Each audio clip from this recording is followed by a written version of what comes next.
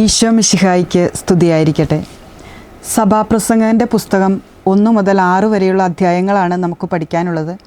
ഇന്നത്തെ വീഡിയോയിൽ നാം കാണുന്നത് 1ഉം 2ഉം അധ്യായങ്ങളാണ്. കൊഹേലത്ത് എന്ന ഹീബ്രു പദത്തിൻ്റെ ഏകദേശ തർജ്ജമയാണ് സഭാപ്രസംഗകൻ. BC 3-ാം നൂറ്റാണ്ടിൽ ഏതോ ഒരു യഹൂദ ചിന്തകൻ ഈ ഗ്രന്ഥം രചിച്ചു എന്ന് പറയുന്നു. സോളമനിലാണ് സഭാപ്രസംഗൻ്റെ കർത്തൃത്വം ആരോപിക്കപ്പെടുന്നത്. സൂര്യന് താഴെയുള്ള എല്ലാം, ഈ ലോകവും അതിൻ്റെ സുഖങ്ങളും നേട്ടങ്ങളും വ്യാപാരങ്ങളും എല്ലാം മിഥ്യയാണ് എന്നൊരു സങ്കല്പത്തിൽ നിന്നാണ് ഈ ഗ്രന്ഥം രചിച്ചിട്ടുള്ളത്. 1-ാം അധ്യായം ആരംഭിക്കുന്നത് ജെറുസലേമിൽ രാജാവും ദാവീദിൻ്റെ പുത്രനുമായ സഭാപ്രസംഗകൻ എന്ന് തന്നെ പരിചയപ്പെടുത്തിക്കൊണ്ടാണ്. ഈ അധ്യായത്തിൻ്റെ ഒരേ ഒരു തലക്കെട്ട് മിഥ്യകളിൽ മിഥ്യ എന്നതാണ്. ഇതിൽ 18 വാക്യങ്ങളാണുള്ളത്. സൂര്യന് താഴെ മനുഷ്യൻ്റെ അധ്വാനവും പ്രകൃതിയുടെ താളങ്ങളും എല്ലാം മിഥ്യയാണെന്നും ഒന്നും പുതുതായി ഉണ്ടാകുന്നില്ല എന്നും പറയുന്നു. അതുപോലെ ജെറുസലേമിൽ തനിക്ക് മുമ്പുണ്ടായിരുന്ന എല്ലാ രാജാക്കന്മാരെക്കാൾ അധികം ജ്ഞാനം സമ്പാദിച്ചു, എങ്കിലും അതും പാഴ്വേലയാണെന്ന് പറയുന്നു. കാരണം ജ്ഞാനമേറുമ്പോൾ ദുഃഖമേറുന്നു എന്ന് പറഞ്ഞുകൊണ്ടാണ് 1-ാമത്തെ അധ്യായം അവസാനിപ്പിക്കുന്നത്. 2-ാമത്തെ അധ്യായവും സർവവും മിഥ്യ എന്നൊരാശയം തുടരുന്നതായി നമുക്ക് മനസ്സിലാക്കാം. ഇതിൻ്റെ തലക്കെട്ടുകളിൽ നിന്ന് തന്നെ ഇത് വ്യക്തമാകും. 26 വാക്യങ്ങളാണ് 2-ാമത്തെ അധ്യായത്തിലുള്ളത്. ഇതിന് 3 തലക്കെട്ടുകളുണ്ട്. 1-ാമത്തെ തലക്കെട്ട് സുഖഭോഗങ്ങൾ മിഥ്യ, അത് 1 മുതൽ 11 വരെയുള്ള വാക്യങ്ങളാണത്.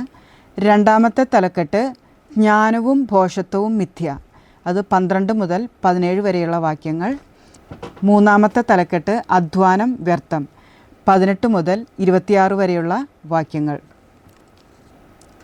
ഭോഷനും ജ്ഞാനിയും ഒരുപോലെ മരിക്കുന്നു, കഠിനാധ്വാനവും മനക്ലേശവും കൊണ്ട് മനുഷ്യന് എന്ത് നേട്ടം, ഇങ്ങനെയെല്ലാം ചോദിച്ചതിന് ശേഷം സർവവും മിഥ്യയും പാഴ്വേലയുമാണ് എന്ന് പറഞ്ഞുകൊണ്ടാണ് ഈ അധ്യായം അവസാനിപ്പിക്കുന്നത്.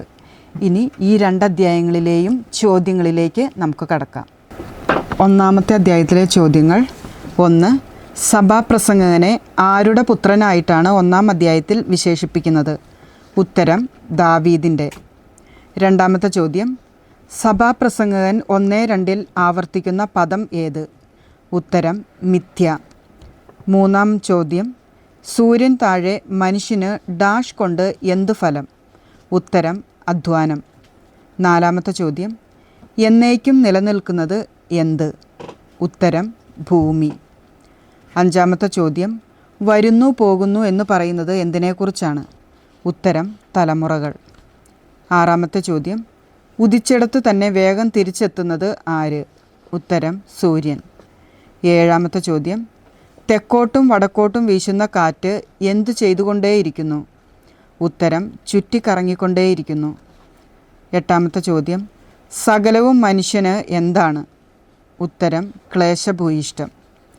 9-ാമത്തെ ചോദ്യം: ആരും ഓർക്കുന്നില്ല എന്ന് പറയുന്നതെന്ത്? ഉത്തരം കഴിഞ്ഞതൊന്നും. 10-ാമത്തെ ചോദ്യം: സഭാപ്രസംഗകൻ ജെറുസലേമിൽ ആരായിരുന്നു? ഉത്തരം ഇസ്രായേലിൻ്റെ രാജാവായിരുന്നു. 11-ാമത്തെ ചോദ്യം: ആകാശത്തിനു കീഴെ സംഭവിക്കുന്നതെല്ലാം എങ്ങനെ ആരാഞ്ഞറിയാനാണ് സഭാപ്രസംഗകൻ ശ്രമിച്ചത്? ഉത്തരം ജ്ഞാനത്തോടെ. 12-ാമത്തെ ചോദ്യം: വ്യഗ്രതയോടെ ചെയ്യാൻ മനുഷ്യനെ ജോലികൾ ഏൽപ്പിച്ചതാര്? ഉത്തരം ദൈവം. 13-ാമത്തെ ചോദ്യം: എല്ലാം മിഥ്യയും പാഴ്വേലയുമാണ്, ഏതെല്ലാം? ഉത്തരം സൂര്യനു കീഴെ നടക്കുന്ന എല്ലാ പ്രവൃത്തികളും. 14-ാമത്തെ ചോദ്യം: ആർക്കും കഴിയുകയില്ല എന്ന് പറയുന്നത് എന്താണ്? ഉത്തരം വളഞ്ഞത് നേരെയാക്കാൻ. 15 അസാധ്യം എന്ന് പറയുന്നത് എന്ത്? ഉത്തരം ഇല്ലാത്തത് എണ്ണുക. 16-ാമത്തെ ചോദ്യം: ദുഃഖം ഏറുന്നത് എപ്പോൾ? ഉത്തരം ജ്ഞാനമേറുമ്പോൾ. 17-ാമത്തെ ചോദ്യം: അറിവ് വർദ്ധിക്കുമ്പോൾ എന്തു വർദ്ധിക്കുന്നു? ഉത്തരം വ്യസനം. 18-ാമത്തെ ചോദ്യം: യഥാർത്ഥ രൂപം ഞാൻ അനുഭവിച്ചറിഞ്ഞു, എന്തിൻ്റെ? ഉത്തരം ജ്ഞാനത്തിൻ്റെയും അറിവിൻ്റെയും. 19-ാമത്തെ ചോദ്യം: 1-ാം അധ്യായത്തിൽ എത്ര വാക്യങ്ങളുണ്ട്? ഉത്തരം 18. 20-ാമത്തെ ചോദ്യം: 1-ാം അധ്യായത്തിൻ്റെ തലക്കെട്ട് എന്ത്? ഉത്തരം മിഥ്യകളിൽ മിഥ്യ. 2-ാമത്തെ അധ്യായം ഒന്നാമത്തെ ചോദ്യം, സുഖഭോഗങ്ങളിൽ മുഴുകി അതിൻ്റെ എന്തു പരീക്ഷിക്കും എന്നാണ് പറയുന്നത്? ഉത്തരം ആസ്വാദ്യത. രണ്ടാമത്തെ ചോദ്യം, ചിരി എന്താണെന്നാണ് മനസ്സിലാക്കിയത്? ഉത്തരം ഭ്രാന്താണെന്ന്. മൂന്നാമത്തെ ചോദ്യം, നിഷ്ഫലമാണെന്ന് മനസ്സിലാക്കിയത് എന്ത്? ഉത്തരം സുഖഭോഗങ്ങൾ. നാലാമത്തെ ചോദ്യം, താൻ എന്തിനെ ആശ്ലേഷിച്ചു എന്നാണ് പറയുന്നത്? ഉത്തരം ഭോഷത്വത്തെ. അഞ്ചാമത്തെ ചോദ്യം, തൻ്റെ വീട്ടിൽ പിറന്ന അടിമകൾക്ക് പുറമെ സഭാപ്രസംഗകൻ വിലയ്ക്ക് വാങ്ങിയത് എന്ത്? ഉത്തരം ദാസന്മാരെയും ദാസിമാരെയും.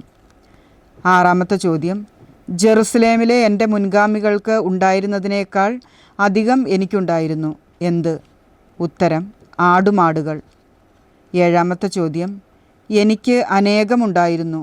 എന്ത്? ഉത്തരം ഗായകന്മാരും ഗായികമാരും. എട്ടാമത്തെ ചോദ്യം, ആരേക്കാൾ ഞാൻ ഉന്നതനും മഹാനുമായി തീർന്നു? ഉത്തരം ജെറുസലേമിലെ തൻ്റെ മുൻഗാമികളേക്കാൾ. ഒമ്പതാമത്തെ ചോദ്യം, എന്തിൽ നിന്നും താൻ അകന്നു പോയില്ല എന്നാണ് പറയുന്നത്? ഉത്തരം ജ്ഞാനത്തിൽ നിന്ന്.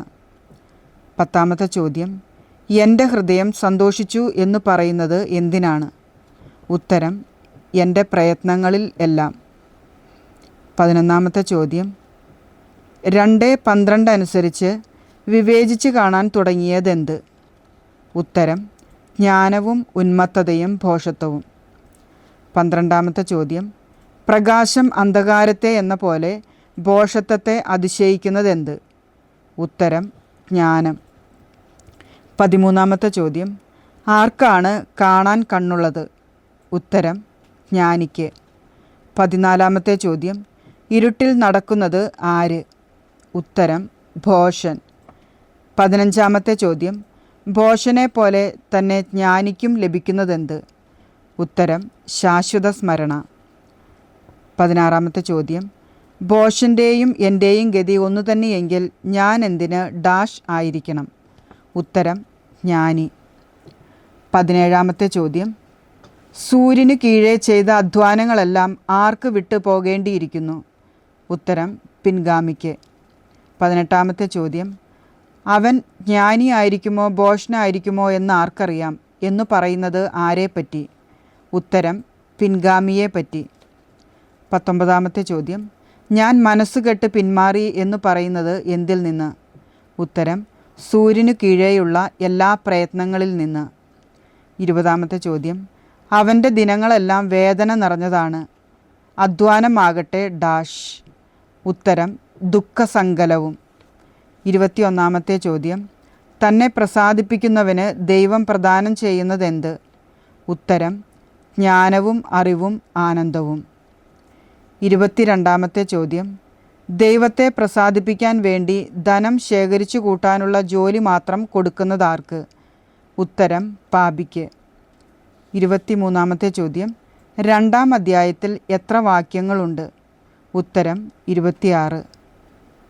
24ാമത്തെ ചോദ്യം, 2ാം അധ്യായത്തിൽ എത്ര തലക്കെട്ടുകളുണ്ട്? ഉത്തരം 3.